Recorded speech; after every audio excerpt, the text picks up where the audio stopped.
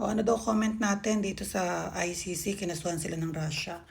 Kinasuhan sila ng Russia and then ang US, si Trump, ay binigyan ng sanction yung mga judge ng ICC.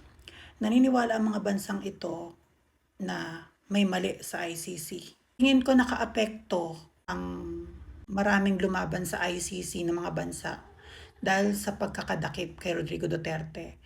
Ang US at saka ang Russia ay gusto si Rodrigo Duterte, no? Ngayon, itong USA, si Trump, ay ginigipit ang mga judge ng ICC. Ang alam ko ang isa pa sa judge dyan ay judge ni Rodrigo Duterte.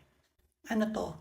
Nagkataon lang ba ito na biglang sumabay yung kaso ni Rodrigo Duterte kasabay ng mga paglaban ng mga bansang ito sa ICC? May kinalaman ito kay Rodrigo Duterte kaya nagkakaroon ng unity ang mga bansa. Ang maloloka ka pa dito, baka mamaya ang China mga ilang din, no? Laban dito sa ICC. Ang mga magkakalaban na bansa na pagkaisa ng Rodrigo Duterte.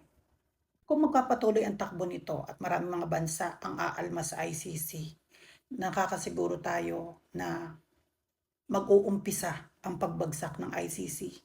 Tingin ko pagsisisihan nila dahil kung anong ginawa nila kay Rodrigo Duterte. Kakampi ang administrasyon. Ang bad news lang sa balitang to ha, hindi ito gusto ng grupo ng Pinklawan at ng administrasyon. Yan lang katangi-tanging hindi magandang pakinggan sa mga tenga nila.